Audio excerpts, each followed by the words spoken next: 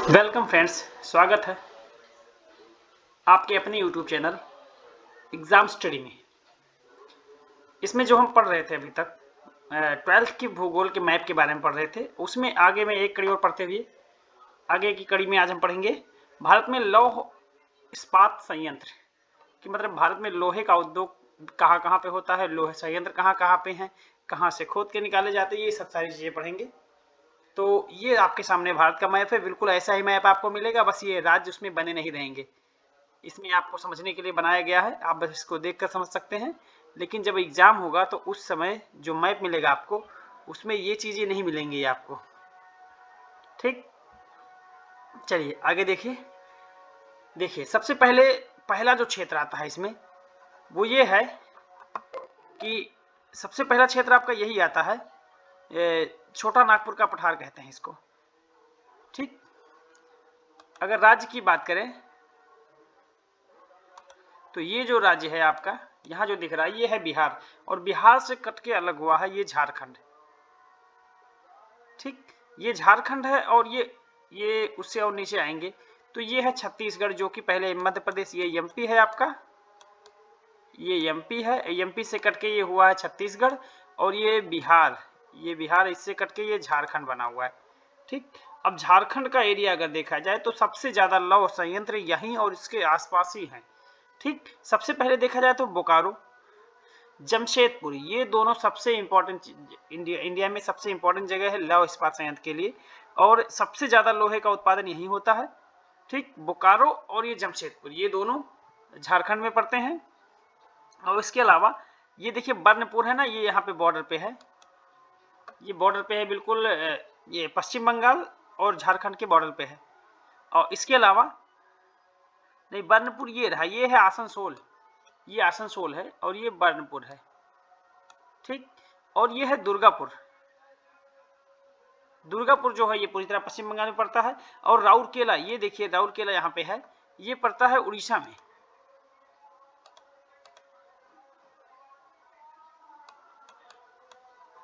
ये राउरकेला है, ये पड़ता है पूरी तरह से उड़ीसा में। और उड़ीसा की अगर बात की जाए तो उड़ीसा भी लगभग उसी क्षेत्र में आता है, उड़ीसा का क्षेत्र भी लगभग उसी में कह सकते हैं, क्योंकि उसी के आसपास का क्षेत्र है। और उड़ीसा के बगल में ही ये जो देखिए विशाखापट्टनम लिखा हुआ है, विशाखापट्टनम ये जो है ये पड़ता है आंध्र प्रदेश में। ये थोड़ा सा पॉइंट उधर लग गया है, ये उड़ीसा में लग गया, लेकिन ये पड़ता है आंध्र प्रदेश में। ठीक, और आगे चलेंगे तो ये देखिए विजयनगर, ये पड़ता है कर्नाटक में, कर्नाटक क्षेत्र में है विजयनगर में। यहाँ पर भी जो है लौह इस्पात का संयंत्र है। और ये भद्रावती, ये दो जगह हैं जो कर्नाटक में पड़ता है, यहाँ दो जगहों पे लौह इस्पात संयंत्र है।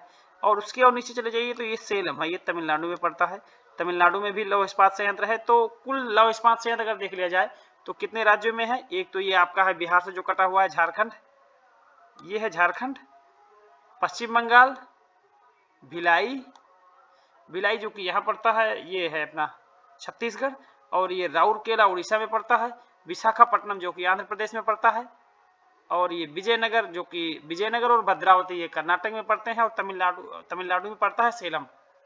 ये हो गए टोटल लौह इस्पात संयंत्र जो कि भारत में पड़ते हैं। अब इसको एक साथ देखना चाहते हैं तो ये देख लीजिए।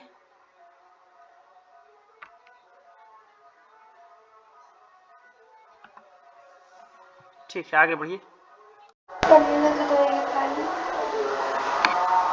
चलिए उसके आगे देखते हैं। इसके आगे पढ़ेंगे हम भारत में कोयला वितरण के बारे में, कि कोयला कहाँ कहाँ पे पाया जाता है भारत में। ठीक, तो अगर मेजर कोयला फील्ड की बात करें कि सबसे ज्यादा या प्रमुख रूप से कोयला खदानों की बात करें, या कोयला कहाँ पाए जाते हैं, या फिर ये कह लें कि कोयला भंडार कहाँ कहाँ पे है, तो प्रमुख रूप से 10 क्षेत्र हैं, और 10 क्षेत्र के नाम आपके सामने दिए गए हैं मैप के साथ में। ठीक, तो देखिए पहले स्थान पे आएगा Raniganj, Jharia, east Bokaro and west Bokaro, Bokaro एक जगह है, बोकारो पे ही होता है। इसके अलावा पेंच, कान्हा, तावा वैली, ये पेंच, कान्हा और तावा ये तीनों नेशनल पार्क हैं मध्य प्रदेश के, वहाँ उसकी एक घाटी है, उसी की घाटी में कोयला पाया। सिंगरौली ये भी मध्य प्रदेश में पड़ेगा, तलचर, और इसके अलावा चंदावादिया, और इसके अलावा गोदावरी वैली, इसके अलावा असम में, और फिर अदर कुछ जगहों पे पाए जाते हैं। सबसे पहले शुरुआत करते हैं, पहले स्थान पे देखते हैं रानीगंज। रानीगंज ये देखिए पड़ेगा आपका, रानीगंज जो क्षेत्र पड़ेगा ये पड़ेगा पश्चिम बंगाल में। पश्चिम बंगाल आप देख सकते हैं, रानीगंज का ये क्षेत्र है, यहाँ से लिया गया है। ये पश्चिम बंगाल का क्षेत्र है पूरा, ये जो नीला में दिख रहा है ना, ये पूरा पश्चिम बंगाल का क्षेत्र है। और ये नहीं, सॉरी, ये नीला नहीं, इसके नीचे जो पीला वाला क्षेत्र है ये पश्चिम बंगाल का क्षेत्र है, इसके बगल में बांग्लादेश आ जाएगा। तो ये रानीगंज का जो क्षेत्र आपको दिख रहा है यहीं से लिया गया है, इसे ये यहाँ पे पर्याप्त मात्रा में कोयला पाया जाता है। और उसके बाद पड़ता है ये झरिया, झरिया ये झारखंड में पड़ता है, जो कि बिहार से अलग हुआ है। ये कि जो कि ये भी छोटा नागपुर पठार का एक क्षेत्र पड़ता है, छोटा नागपुर पठार जानते हैं आप लोग। यहाँ पे भी कोयला सबसे ज्यादा मात्रा में पाया जाता है, सबसे सर्वोत्तम कोटि का कोयला यहाँ पाया जाता है। ठीक, इसके अलावा है ये देखिए बोकारो, बोकारो ये वाला क्षेत्र है, यहाँ पे कोयला पाया जाता है। और इसके अलावा तलचर, तलचर जो है उड़ीसा में पड़ता है। एक तो ये वाला क्षेत्र हो गया, ये झारखंड और पश्चिम बंगाल को मिला के ये वाला क्षेत्र हो गया। अब ये वाला दूसरा वाला क्षेत्र देखेंगे तो ये है सिंगरौली क्षेत्र, सिंगरौली पड़ता है मध्य प्रदेश में, जो कि उत्तर प्रदेश के बहुत करीब है, इलाहाबाद के बिल्कुल बगल में पड़ता है सिंगरौली क्षेत्र। और सिंगरौली क्षेत्र से ऐसे आगे बढ़ेंगे तो ये पड़ेगा आपका छत्तीसगढ़ का एरिया, छत्तीसगढ़ के एरिया में पड़ेगा कुछ कोयला और खदान। उसके आगे जाएंगे तो तलचर तक, मतलब सिंगरौली से ऐसे होते हुए तलचर तक जाएंगे, यहाँ तक कोयला खदानें मिलती हैं। इसके अलावा और आगे बढ़ेंगे तो ये वाला क्षेत्र पड़ेगा। तो ये देखिए ऊपर पहाड़ भी दिखाए गए हैं, और इसी बीच में ये पेंच, कान्हा और तावा वैली है, वैली माने घाटी होता है। पेंच और कान्हा ये दोनों नेशनल पार्क हैं मध्य प्रदेश के, और तावा घाटी है, तवा नदी है वहां पे, ये उसकी एक घाटी है, उस घाटी में कोयला पाया जाता है। उसके अगर और आगे बढ़ेंगे तो मध्य प्रदेश के नीचे अगर आ जाइए तो ये होता है महाराष्ट्र का एरिया। महाराष्ट्र के एरिया में चांदावर्धा, चंदावर्धा एरिया पड़ता है, उस एरिया में पड़ता है, उस एरिया में मतलब कोयला की खदानें पाई जाती हैं, कोयला पाए जाते हैं। इसके अलावा उसके और नीचे वैसे आ जाएंगे तिरछे ही तो ये पड़ता है आपका, ये है तेलंगाना, और उसके नीचे आएंगे तो ये आंध्र प्रदेश। तेलंगाना आंध्र प्रदेश मिलाकर ये है गोदावरी वैली, गोदावरी नदी घाटी में कोयला पाया जाता है। उसके और नीचे जाएंगे तो ये है तमिलनाडु का क्षेत्र, नेवली, नेवली क्षेत्र है ये, ठीक है, यहां भी कोयला पाया जाएगा आपके। और इसके अलावा ये गुजरात है, यहां पर भी कोयला पाया जाएगा, ये गुजरात के क्षेत्र में, इसका नाम है कच्छ, कच्छ के क्षेत्र में पाया जाएगा। और थोड़ा सा कोयला कुछ पाया जाएगा ये राजस्थान के क्षेत्र में, कुछ पाया जाएगा ये कश्मीर में।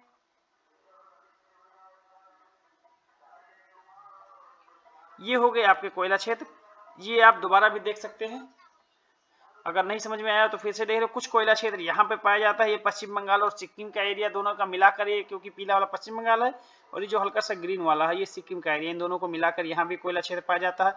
और ये एरिया देखिए असम और मेघालय, स्पेशली मेघालय में है ये एरिया, ये मेघालय में पड़ता है, ये यहाँ पे कोयला पाया जाता है। और ये असम और मेघालय के बॉर्डर पे यहाँ पाया जाता है। और ये असम वाला, ये पूरी तरह से असम में है, यहाँ पाया जाता है।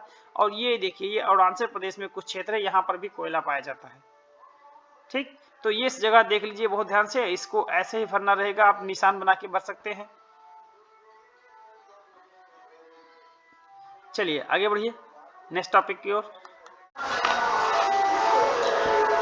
और हमारा अगला टॉपिक है भारत की नदियां, क्योंकि नदियों से भी एक क्वेश्चन जरूर पूछता है, 5 में से एक नदियों का क्वेश्चन पूछता है, इसमें देखेंगे नदियों के बारे में। ठीक, तो सबसे पहले देखते हैं सबसे इंपॉर्टेंट नदी जो है भारत की, वो भारत में बहती है, ये है सिंधु नदी। ये देखिए ये सिंधु नदी यहाँ से निकलती है, इंडस लिखा हुआ, इंडस सिंधु को कहते हैं। सिंधु नदी निकलती है बोखरचू हिमानी से, और ये केवल लद्दाख और जम्मू कश्मीर के कुछ क्षेत्र में, थोड़ा सा कह सकते हैं, ज्यादा नहीं है लेकिन थोड़ा सा यहीं कहीं पड़ेगा, बाकी ये लद्दाख के क्षेत्र में ही केवल प्रवाहित होती है। उसके बाद चली जाती है पाकिस्तान में, उसके बाद ये यहाँ से निकल कर ऐसे पाकिस्तान में चली जाएगी। ठीक, और इसी के बगल में निकलती है यहीं से सतलज नदी, ये देखिए यहाँ से घुसी हुई है सतलज नदी, बहती हुई पंजाब से होकर उसके बाद फिर हो जाती है पाकिस्तान में। ठीक, और यही देखिए ये जम्मू कश्मीर के नीचे से निकलती है रावी नदी, चेनाब, झेलम, ये झेलम कश्मीर में पड़ती है। और ये देखिए ब्यास, ये सब स्पेशली रावी, चिनाब, सतलज, ब्यास ये सब पड़ती है पंजाब में। इसके अलावा एक नदी यहां से निकलती है और ये निकलते हुए ऐसे जाती है, ये है ब्रह्मपुत्र नदी। ब्रह्मपुत्र नदी इसकी लंबाई काफ़ी ज़्यादा है, लेकिन भारत में नहीं बहती है ज़्यादा, भारत में केवल 700-800 किलोमीटर बहती है। तो इसके बारे में भी पढ़ेंगे। और यहाँ से पहले भी देखते हैं, ये जो नदी देख रहे हैं ये है यमुना नदी, ये निकलती है यमुनोत्री से। ये जो जगह है जहाँ से निकलती है ये भारत से निकलती है, इसलिए इसके बारे में जान लीजिए।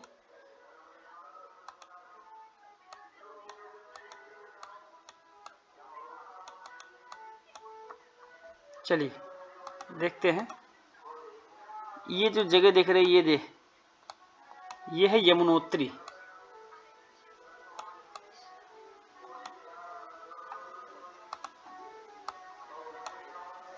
ये जगह है यमुनोत्री, यमुनोत्री से निकलती है यमुना नदी, और उसी के बगल में निकलती है ये जगह है गंगोत्री, यहां से निकलती है गंगा नदी। ठीक, ये दोनों नदियां उत्तर मैदानों में बहती हैं। देखिए उन सभी की जितनी नदियां हैं सब नदियां उसमें आके मिलती हैं और आगे चल के ये बहुत बड़ा विशाल मैदान बनाती हैं, जो कि बहुत ज्यादा उपजाऊ होती है इन नदियों की वजह से। उत्तर का जो ये विशाल मैदान है वो गंगा यमुना के दोआब क्षेत्र से ही बना हुआ है पूरा क्षेत्र। ये जो पूरा क्षेत्र देख रहे हैं आप, ये वाला क्षेत्र पूरा, ये पूरा क्षेत्र गंगा यमुना की और उसकी सहायक नदियों के द्वारा ही उपजाऊ होता है। ठीक, अब यह गंगा यहाँ से निकलती है और ये जाती है, तो यहाँ पे कई सारी नदियां इसमें आके मिलती हैं। इसमें पूरी तरह से दिखा नहीं है, लेकिन फिर भी इतना जान लीजिए कि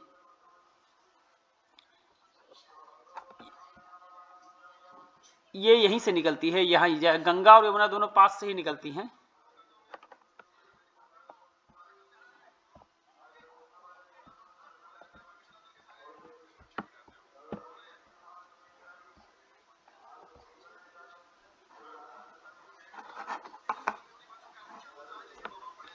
तो आगे देखिए, ये गंगा नदी है, यहीं से निकलती है गंगोत्री हिमानी से, और उसी के बगल में यमुना नदी, ये दोनों यहीं से निकलती हैं और ये दोनों आगे चलकर आपस में मिलती है। ये दोनों नदियां देख रहे हैं, ये है अलकनंदा और ये भागीरथी, ये दोनों मिलती हैं आके देवप्रयाग में, यहाँ से गंगा नदी बन के निकलती हैं और इसमें कई सारी नदियां आके मिलती हैं। ठीक, और ये यमुना नदी है, ये दोनों मिलती हैं, फाइनली दोनों गंगा और यमुना आपस में मिलती हैं जाके इलाहाबाद में, और उससे आगे बहती हैं। ये देखिए यहाँ से इसमें आती है, मिलती है घाघरा नदी, गंडक नदी और सोन नदियाँ, ये बिहार में जाके मिलती है, और इसके अलावा कोसी नदी भी इसी में आके मिलती है। फिर ये नदी पश्चिम बंगाल से होते हुए बांग्लादेश में चली जाती है। बांग्लादेश में ये नदी इधर से आई है ब्रह्मपुत्र नदी, इससे मिल जाती है। ठीक, ब्रह्मपुत्र नदी स्पेशली अरुणाचल प्रदेश में घुसती है, उसके बाद असम में बहते हुए ये सीधा इसमें चली जाती है, बांग्लादेश में चली जाएंगी। ठीक, और ये दोनों मिलकर बनाएंगे यहाँ सुंदरबन का डेल्टा। विश्व का सबसे बड़ा डेल्टा है यहाँ पे, ये जो एरिया है ये सुंदरबन का डेल्टा है पूरा। ठीक, ये विश्व का सबसे बड़ा डेल्टा है। इसके आगे देखते हैं, यह है महानदी जो कि उड़ीसा में बहती है, उड़ीसा का शोक भी कहते हैं महानदी को। ठीक, और पश्चिम बंगाल का शोक कहते हैं दामोदर नदी को, जो कि गंगा से ही निकलती है यहीं पे और ये इधर को बहती हुई चली आती है, इसका नाम है दामोदर नदी, पश्चिम बंगाल में बहती है। ये सभी इसमें मिल रही है, ये इससे निकलती है, ये है दामोदर नदी। ठीक, ये दामोदर नदी है जो कि पश्चिम बंगाल में बहती है। इसके अलावा और आगे देखें तो ये अमरकंटक की पहाड़ियों से निकलने वाली नदी है, ये मध्य प्रदेश से स्पेशली निकलती है, और ये है नर्मदा नदी जो कि पश्चिम की ओर बहती है, और उसी के बगल में ये है जो कि ये भी निकलती है उसी के बगल में दूसरी पहाड़ी है सतपुड़ा रेंज से, हाँ सतपुड़ा रेंज से निकलती है तापी नदी। ये दोनों नदियां पश्चिम की ओर बहती हैं और फाइनली अरब सागर में जाके गिर जाती हैं। ठीक, और ये जो माही, साबरमती, ये सब पश्चिम की ओर बहती हैं और अरब सागर में भी गिरती हैं, ये सब गुजरात में बहती हैं ये सभी नदियां। अब ये देखिए, ये है गोदावरी नदी जो कि दक्षिण भारत की सबसे लंबी नदी है। ये निकलती है महाराष्ट्र के नासिक जिले से, त्र्यंबक पहाड़ी से निकलती है, और यहाँ से ये महाराष्ट्र है, महाराष्ट्र से निकलती है त्र्यंबक पहाड़ी से, और ये बहते हुए आंध्र प्रदेश में फाइनली जाके बंगाल की खाड़ी में गिरती है। ठीक, और उसके आगे ये कृष्णा नदी तंत्र है, ये इसमें बहुत सारी नदियां मिली हुई हैं कृष्णा नदी में आके, ये भी आंध्र प्रदेश में ही जाके गिर जाती है बंगाल की खाड़ी में। और उसके आगे आएंगे तो ये है पेन्यूरू नदी, इसमें भी कई सारी नदियां मिली हैं, और ये है नदी तंत्र कावेरी। बस कुछ ही चीजें पूछती है कि कौन से राज्य में कौन सी नदी बहती है, उसको दर्शाना रहता है, तो छोटी छोटी नदियां नहीं पूछेगा, केवल बड़ी बड़ी नदियां पूछा जाएगा। और ये पेरियार नदी है जो कि केरल में बहती है, ये भी पश्चिम की ओर बहती है, और ये वैंगोई नदी है जो कि ये तमिलनाडु में बहती है। इधर जितनी भी नदियां मिलेंगी आपको इधर पश्चिमी घाट से सटी हुई, ये नदियां पश्चिम की ओर बहती हैं। चलिए आगे देखिए, तो ये भी टॉपिक आपका लगभग खत्म हो गया है।